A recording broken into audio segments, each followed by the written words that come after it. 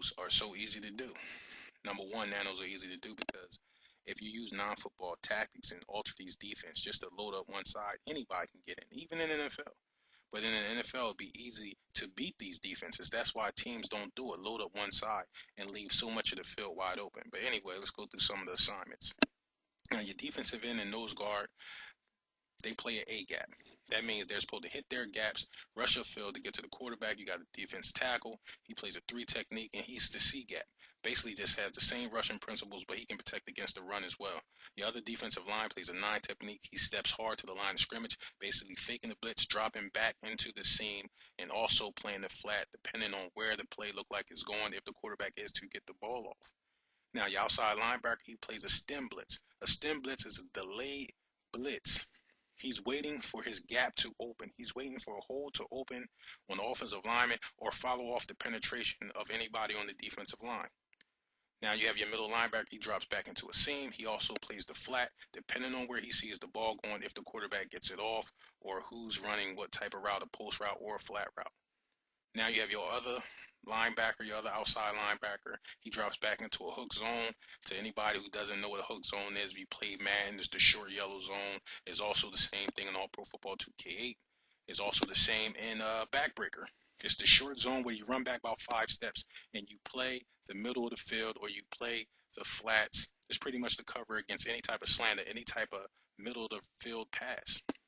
Now you have your cornerbacks there in the fire zone, and they're supposed to maintain outside leverage. Means they got to get their hands on who's ever running a route to the outside, and you don't want to let a free release into your secondary, because pretty much all you have back there is your strong safety. He's to rotate to the deep middle of the field, and he's responsible for the number 3 vertical. That means that if a tight end is running the vertical or anybody running is a vertical threat, he's out there to protect the middle of the field, so your defense is pretty vulnerable. Now you have your free safety. He plays a stem blitz. Like I said before, he's to delay his blitz to find a gap to get the rush on. You want to replicate a player, and you want to say, hey, this person did this in the game, and I'm going to replicate him in a football game. This is what you do. This is something Randall Cunningham actually performed in a game. And 2K Sports, who pays attention to detail, wants you to really feel like you're playing with this player, added this to the game to say, hey, this is something he actually did on the field. And they implement it into the game in a situation that it should have been implemented into. Madden, who has all the copies that they have yet to do that. At All Pro Football 2K, I want to do 2 quick examples with Pepper Johnson. One's going to be in man coverage, the other's going to be in zone. First one is going to be in man. He's going up against Pete Metzelaar. It's pretty interesting that they're both coaches for their respective positions now. Metzelaar's with the Colts, Pepper Johnson with the Patriots. Now you see Pepper Johnson reacts after Metzelaar makes his cut. The throwback here is rushed because Bart Starr is being pursued by Dexter Manley. And that rush throw here leads to this animation with Metzelaar's where he has to kind of slow himself down naturally, adjust to the ball, catch the ball kind of low. That lets Pepper Johnson catch up to him. And here comes Dick Lane in to lay a nice big hit, nice double tackle animation here. Just do this one time at speed real quick so you can see how natural Metzelaar's slowing down to react to the ball is. It's almost seamless. The other good thing to point out here is Dick Lane actually comes out of coverage. The procedural awareness in this game, very solid. You can see he's in coverage. Has his eyes on the quarterback, sees the ball gets thrown, reacts to the pass, goes out of his coverage with his receiver, comes up, and then makes the hit. Alright, y'all, as you see from those video examples there, basically it had shown where Brozales had explained his philosophy on the Nano Blitz. That was a response vid to what Versus had done, showcasing Nano Blitzes in Backbreaker. And he had used actual NFL game footage and breakdowns from the NFL Network, you know, where they actually talk about the blitzing schemes that are used in games. And then secondly, he does that snippet was from a video where he's talking about where he shows Randall Cunningham and the actual hit that he had took in which he had bounced back from, and then he shows it in All Pro Football 2K8. And then also you've seen, you know, Moody basically breaking down a play, just how he articulates the description was very well spoken. And the thing is, I shown those just to make this point that these guys articulate themselves very well when it comes to football. I've spoken to these guys personally. They're good at what they do. You know what I'm saying? When it comes to talking about football, when it comes to showcasing it, in terms of how the game should be represented, they do a very good job. Am I saying that they're the best ever? No, I'm not saying that at all. But I'm in full support of them because of what it is that they do. Is this saying that I have dislike or I have problems with Ronick or I have problems with Fife or Versus or 360 Beast? No, I don't have problems with any of those guys. You know what I'm saying? I have no beef with them, but I can, but I'm just making this point here because in particular what Versus said in his response, he's trying to completely discredit these guys like they know nothing of what they talk about, and he's saying that they can't hold weight with them.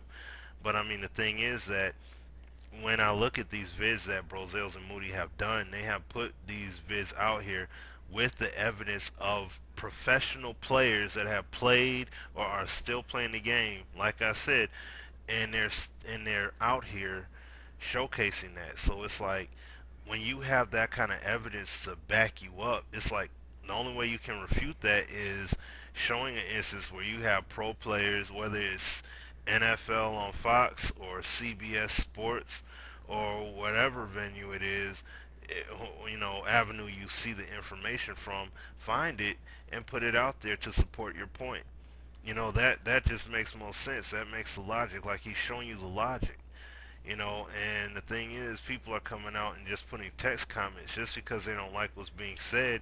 They're putting, F you, you know what I'm saying? They're putting FUs up there, FU comments and everything, but no vids, but just putting FUs out there. You know what I'm saying? Or just saying, well, in my opinion, I don't believe that. Well, that's fine if you don't believe it, but don't just sit up and put a text comment out there. Actually, show us the NFL footage. Show us the real footage where you have coaches or players that have truly played the game saying so. On a professional level that broadcast this to millions of people. That so in that way you can actually have a legitimate argument on your hands. You know what I'm saying? Outside of that though, when you're coming up and you're using Madden as your way of depicting it and that's it, like no, that's not telling the tale. You know what I'm saying? Like he even had Brozell's had another video where he's shown Warren Sapp talking about how tough it was breaking through zone offensive line blocking in comparison to just individual in terms of just doing individual blocking, O-line blocking, what I'm saying, the different schemes, like it's all there. So I mean, to come out and talk about these guys like they don't know what they're doing, like they don't know what they're saying, is pretty absurd to me. When you clearly look at the vids, Moody puts he puts the visuals up there, he puts the video clips up there for you to see, for you to check out, so then therefore you can see for yourself that he's not just coming out here and falsifying information. That's what these guys are all out here doing. So if you're gonna come out here and say that, well, I'm gonna completely smash these guys and they can't come back, dude, that's pretty. That, like I said, that's pretty out there to even say something like that. So I just wanted to just put it out there. That just was pretty silly to me. I mean, I heard it. It didn't really make much sense to me in that essence. You know what I'm saying?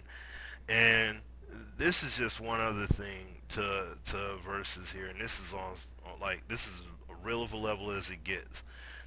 You come out and you talk about, these guys are gay, probably because, I don't know what your reasoning is, but I know Ronick and Fife all came out talking about they're gay and they're kissing and all that other stuff and, whatever. But the thing is, you come out and you do this vid and you're saying that these guys are gay. Now, with you saying that your favorite book is the Bible, and knowing that a man being with another man is an abomination under Christ. Now, with that being said, if you're and also with the fact that you just put out a video a few days ago talking about your religious beliefs, I would be very, very careful in terms of what it is that I do when it comes to depicting things in terms of putting things out in terms of in the public eye. You come out and you do that, and then you turn back around and you talk about the Bible, and you talk about how you feel religiously or what have you, and you say that these guys are gay, and you also took the time out to put supporting vids talking about these guys are gay in your own video. I would be mindful, very mindful of what kind of content I put in my vids from now on, doing stuff like that. That's the kind of water you don't want to tread, because at the end of the day, you got to answer to God for what you do, especially when you do things like that. So just be careful with that.